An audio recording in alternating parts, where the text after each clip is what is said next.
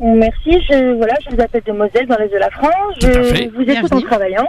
Ah bah ça fait plaisir. plaisir. Je voulais rebondir un petit peu sur tout ce que c'est dans, puis on va à peu près une demi-heure, 3/4 d'heure, sur les couples, les tromperies, la religion. Donc après, bon, j'écoute aussi celle qui est avec vous. Donc effectivement, on a un C'est William, celle qui est avec vous.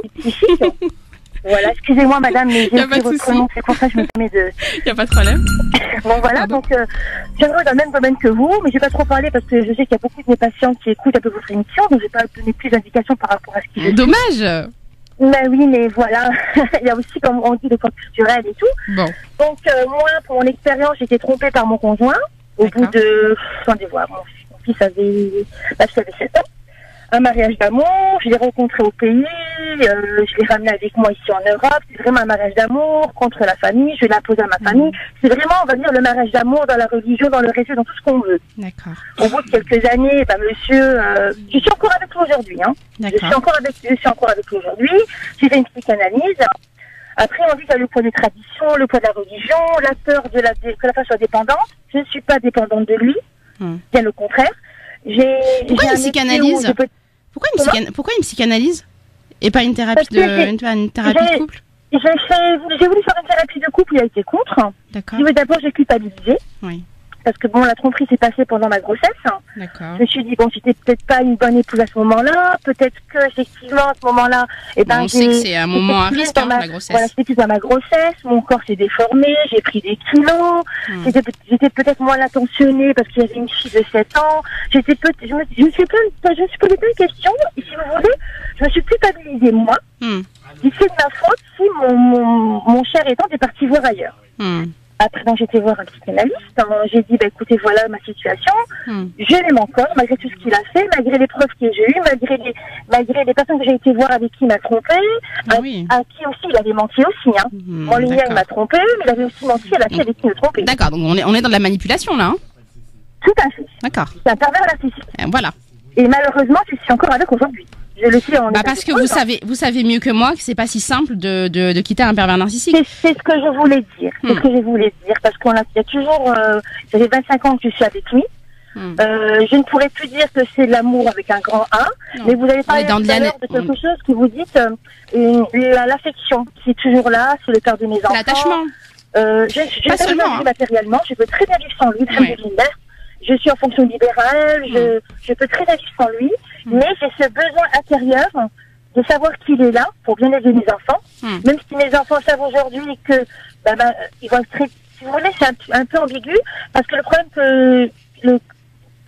problème qui me chagrine aujourd'hui, c'est que je sais pertinemment que je donne une mauvaise image d'un couple à mes enfants. C'est ça qui me fait mal. Mais au-delà de... Parce que pour moi, un couple, c'est des parents qui s'aiment, des parents qui s'embrassent devant leurs enfants, mais Nadia, plus loin, qui montrent de l'affection. Et nous, on n'a plus ceci, mais on a quand même une complicité. Non, mais Nadia, au-delà du mauvais exemple du couple que vous donnez à vos enfants, vous êtes quand même dans le domaine. Donc, vous savez bien que le parent pervers narcissique, il est toxique pour son enfant. Vous savez bien. Pour l'instant, je ne trouve pas la toxicité. Ils ont quel âge vos enfants? Je ne peux pas. Oui, c'est des très bons papas. Ils ont quel âge vos enfants? Dès l'instant où ils vont devenir adolescents. Ma fille vient d'avoir son baccalauréat et mon fils est encore petit en primaire. D'accord. Si vous voulez, il y a un différent entre les deux. Votre fille est proche. Ont souffert des histoires de couple parce qu'ils l'ont vécu. Hein. Ma fille l'a découvert en même temps que moi. Elle avait que 7 ans. D'accord. Mon fils l'a subi parce que au moment de sa naissance, je pense que inconsciemment on transmet nos angoisses à nos enfants. C'est pas inconsciemment. J'ai fait une thérapie, je lui ai imposé de venir avec moi voir le thérapeute. Le thérapeute, j'ai dit si tu veux que je te reprenne et qu'on revive ensemble, je t'impose d'aller voir le thérapeute avec moi, faire une thérapie de couple. J'ai dit mais dans l'islam il n'y a pas. J'ai dit ne mélange pas la religion avec tes actes. Tes actes sont hors religion. J'ai dit ce que tu as fait n'a rien à voir avec notre religion. On est pratiquant, certes, mais ce que tu as fait, ce n'est pas dans la religion. Exactement. Si tu pouvais être un bon pratiquant, tu m'aurais dit voilà, ma chère épouse, tu ne me conviens plus, je veux une seconde épouse. Exactement. Tu as un défaut, tu ne peux pas en santé, tu n'es pas bien à la maison. Soit, j'aurais pu lui dire écoute, d'accord, tu me le dis, je ne veux pas de séduire, je m'en vais, ou j'accepte, je reste. Mais on n'a pas été du tout dans ce déclin-là. Tu as fait un acte sans me le dire. Tu me disais à moi que tu m'aimais, mais tu allais en voir une autre avec qui tu mentais aussi. J'ai dit donc si tu veux que je reste, on va faire une thérapie. D'accord. Il est parti voir le thérapeute. Le thérapeute m'a bien dit que mon conjoint est un pervers narcissique. D'accord. Que ce n'est pas lui qui faisait l'acte, mais parce qu'il avait changé de prénom, hein, c'est assez compliqué, hein, mais je vais pas compléter toute l'histoire, c'est assez compliqué, je pourrais en faire un livre. Et je pense que je vais en faire un livre. C'est bien. Parce que moi, je pense qu'aujourd'hui, je n'arrive pas à me situer, à me dire, quitte-le, fais ta vie, tu n'as pas besoin de lui. Parce que psychologiquement, j'ai besoin de sa présence. Je n'ai pas besoin de lui matériellement, pas du tout, alhamdoulilah. Nadia. J'ai besoin d'avoir une présence à la maison pour éduquer mes enfants. Nadia. Ça pertinemment, parce que je veux qu'il élève les enfants dans la religion. D'accord. Parce que pour moi, c'est important. Je vis en Europe, je suis française, musulmane pratiquante. Mais c'est pas la question. Pourquoi je peux... Mais non, Nadia, je peux tout avoir. Des traditions et des parents. Mes parents l'ont su, mes parents, je leur ai dit. J'ai entendu beaucoup de choses. Hein. Oui, c'est ta faute, s'il est parti voir ailleurs, si on ne faisait pas à la maison. D'accord. Ça, c'était difficile à accepter. Oui. Moi, je racontais pas, je disais pas à ma famille, mais non, je fais des efforts, j'achète de la lingerie fine, je fais tout ce qu'il faut pour, mais bon, on est tellement pudique dans notre religion et dans notre relation avec nos parents, qu'on peut pas tout dire ce qu'on fait dans notre couple. Jusqu'au jour où j'ai craqué, j'ai dit, mais attendez, vous ne me connaissez pas dans ma vie intime, ne dites pas des choses qui ne sont pas vraies. J'ai dit, moi, je m'en fiche du regard des autres, je m'en fiche du qu'en dira-t-on, et malgré tout, je suis encore avec.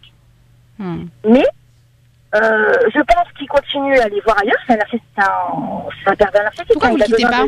Il a besoin de se sentir désiré, il a besoin de plaire, voilà. Après, de dire comme là, c'est un serial over. Je suis pas d'accord. Non, c'est pas si simple. Franchement, c'est méconnaître la subtilité et la complexité de l'esprit humain. C'est trop facile. On peut pas se permettre de mettre ça sur un écrit qui a été dit par, bon voilà, on est pratiquant, d'accord, mais entre le psyché et le somatique, c'est des choses totalement différentes. Oui. Entre le besoin de séduire, entre le besoin d'amour d'une personne et de vraiment définir le mot amour, le vrai amour, il est envers Allah. Je suis tout à fait d'accord avec vous. Par contre, moi, j'aimerais bien, que vous vous interrogiez. Tout à fait, rapidement, parce qu'on a encore d'autres appels. Je pense que vous en avez parlé avec votre psychanalyste, mais j'aimerais bien comprendre d'où vous vient cette culpabilité inconsciente et cette position masochiste dans laquelle vous êtes.